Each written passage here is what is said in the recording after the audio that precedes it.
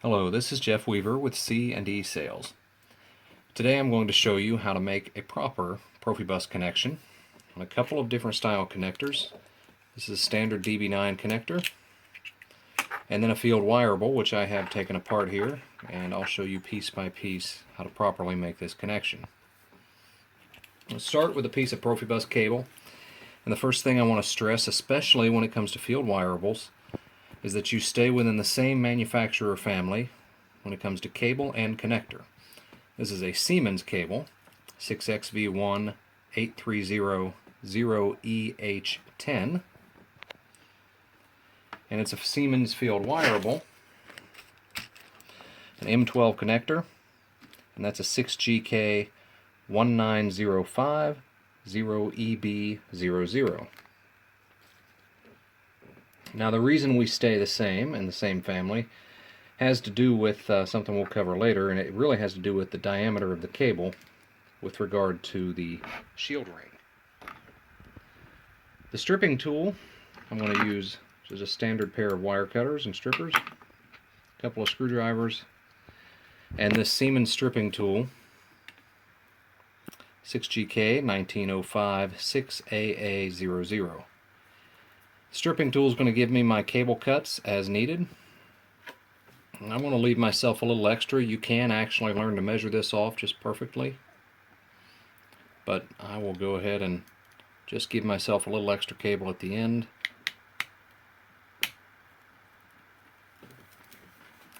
And you're going to push those blades up till they're nice and snug, and if you've made the cut properly, it's going to peel off, as you see, the inner white diameter of the cable without cutting or nicking your actual conductors. And then I'm just going to pull off the purple sheath or purple outer sheath. And what this is left is the shield perfectly intact, which in this particular cable the shield wraps all the way around. There are some where the shield is a separate conductor, but that doesn't work with these connectors. So we're going to use this guy, which is perfectly cut, and as you can see, we have our red and green conductors. So as far as the actual wiring, that part's pretty simple. So if I were going to use this with my field wireable, you can see the field wireable itself is color coded A1B1, A2B2, and also A green and red. So that's actually data line A for green, data line B for red. This silver plate is the shield plate. That shield plate is critical that this shield makes contact with the shield plate. What is also critical is that the purple jacket does not make contact with the shield plate. If the purple jacket touches the shield plate, then it's going to separate the shield from the actual shield plate, and we want good conductivity there. We also don't want the shield to move beyond the shield plate. We also do not want this purple jacket to be below the connector. And if you look closely within these connectors, you have little plastic vampire teeth. Those are going to grab hold of the the purple jacket, and that provides our strain relief. So we don't want them below, because if it's below, we're going to get that wiggle and it's going to damage the cable over time. So this is the proper connection right here, and then we're simply going to strip back these conductors, because these are screw terminals, and then land them at A1B1. So this connector is pretty simple, but we want to stick to that shield plate. That's really our guide with regard to the purple as well as the shield connection. The stripping tool is excellent at leaving us exactly the length we need to match the shield plate. Now it also works with our field wireable. So I'm going to piece this field wireable together one by one. Now me personally, I like to cut the end pieces off to length from sight, but you can actually develop a standard length if you would like. So the bottom of the field wireable, so we're going to take the clamping screw first and slide that over. And actually the better way to do this is to and I did this for the video, I wanted to see that the field wireable also. The better way to do this is to assemble these pieces before you actually strip the cable. So you can see I'm catching a little bit of the shield there, which is a little less than ideal. Then I'm going to drop in the clamping basket, and you don't have to remember these names. This is the sealing ring. Now these names are on a little instruction sheet that comes with these field wireables, so you're not blind when you get these guys, but nothing beats a video. So I'm going to put that guy inside the basket. And then the last piece that goes on is the shield ring. And again, I probably would have been better to not do this shield first, or this stripping first. This piece is really critical. The O-ring is listed on the instructions as a separate piece, but that typically is pre-assembled. And this guy eventually is going to go right into that spot, right up on the edge of the purple. What we're going to do is bring up our sealing ring so that we hold that guy in place where we want him. The shield, we want to fold every strand of this shield evenly, and it is important that it's even around the sealing ring. And the reason it's important is we don't want it to be gapped on any side. We want it to be even all the way across. Now notice there's a foil shield. We're not going to touch that foil shield. That foil shield needs to remain in place. The piece that we're working on is the braided shield, and that is the actual shield conductor. So what's going to happen is that shield is going to get smashed into this piece, which is called the coupling sleeve. And that's what's going to provide our shield connection. So we don't have to worry about at that moment, or any longer, the connection. Now this is why you absolutely must stay within the same manufacturer. Sometimes we work with other manufacturers' cable, and one in particular, the purple jacket is literally 0.5 millimeter more diameter than is this Siemens cable.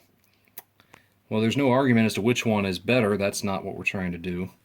But the problem would be if you then took that manufacturer's field wireable connector and put it on this Siemens cable, you end up with 0.5 millimeter of slop or gap, and you're no longer going to have a great shield connection. And that is very tricky to troubleshoot, especially when you're using this in larger networks. So now, as I bring this guy up, the nut,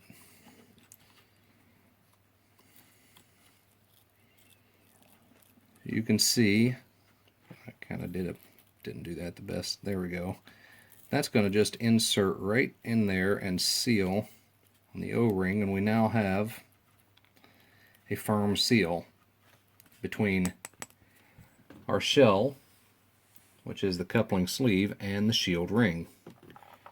So now at this point I could start to screw this guy together, and I may give it a couple of turns, but I'm not going to go any farther yet, because the last piece of this is to actually land this, so this is the actual socket plug. Now if I go by the instructions, it actually tells me to leave these kind of long, actually longer than this even. And I don't personally like that because I find it smashes the conductors and they tend to crinkle up a little bit. So what I like to do is shorten these a little bit, which I'm going to do. And I'm just going to do a little gauge test for myself.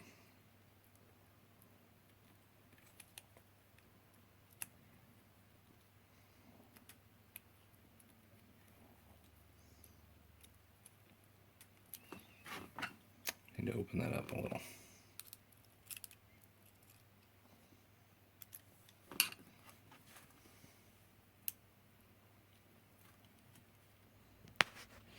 And you see if we left them at these lengths, they would definitely get smashed, and I would rather not put that kind of strain on the cable, the conductors. So I'm going to shorten that guy up quite a bit.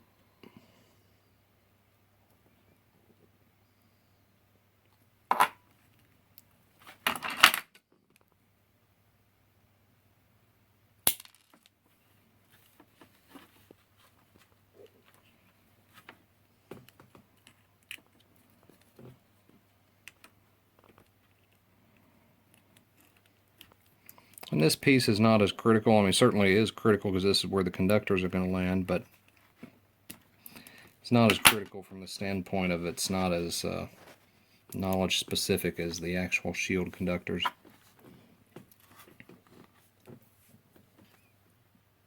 Now here on the plug, we're going to land pins 2 and pin 4.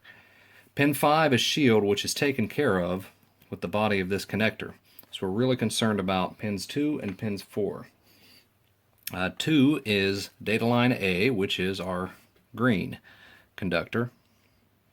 4 is data line B, which is our red conductor. Now in this case I've already kind of pulled the screws back so that I don't have trouble getting in. And it is hard to see which is pin 2 and pin 4. But they are labeled right on the connector. But that is a little tricky, I won't lie to you.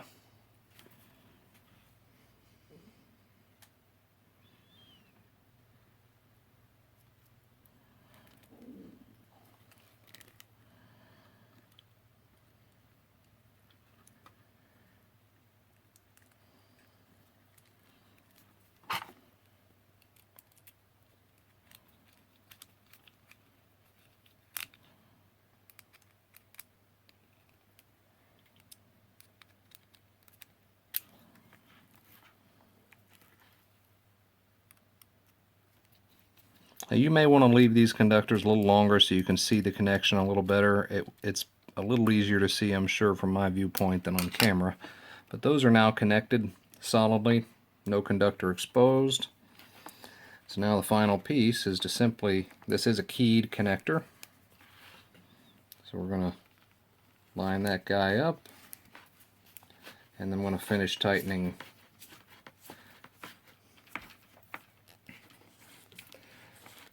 the clamping screw. And now we have properly connected M12 male connector. And not that you would need to see it, but here's an example of another cable that I've done prior as well. Now one thing that I will show is there is one other DB9 style that you'll likely encounter. You may encounter a couple of others, but this is one that's pretty common. This one has a 45 degree. The one we looked at earlier would be considered a 180 degree. So the 45, as you can see, has an offset. Again, the shield plate, once again, most critical piece, and still we see these little vampire connections for the purple jacket. And you can actually see on this cable where it was faced another direction, you can see the purple. Actually, this came from the top where you can see it's sealed into the purple jacket. And again, the purple jacket is not on my shield plate, but my shield is. And that provides my strain relief. And in this example, the 45 degree, the red cable or conductor is just a little bit longer than the green. And then once these guys are put together,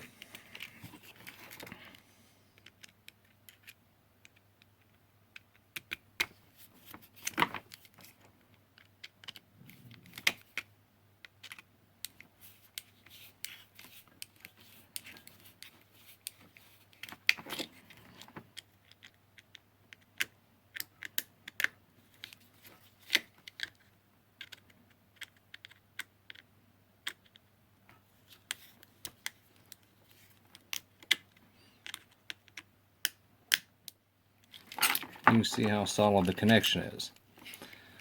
One thing I want to point out when it comes to the DB9 style connectors, you're going to see an inbound and an outbound cable connection. If this is the beginning or the end of the network, the cable should be wired to the inbound connector. If you only see one cable in a DB9 connector, it should never be on the outbound.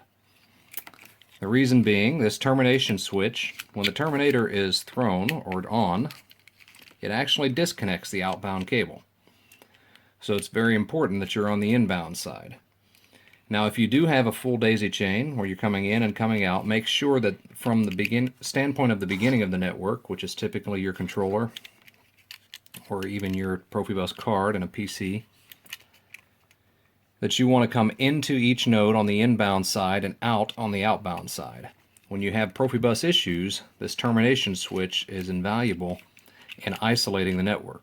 So when I turn on the terminator, the outbound network is disconnected, and it gives me a whole network up to that point, at least theoretically, if the network is having problems on the back end. With the M12 connector, you don't have a terminator built in, not this connector anyway. So what you typically have with an M12 is that you're plugging into a node device that has an inbound and an outbound port. So in that instance, you're going to use the termination plug, which is actually a little M12 plug that will plug into the outbound port.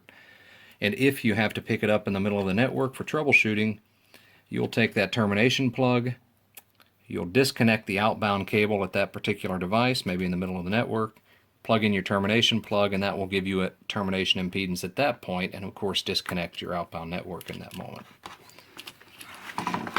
So that is it.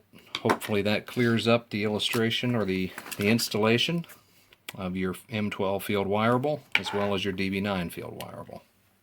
If you have any questions, please contact C&E Sales at 1-800-228-2790.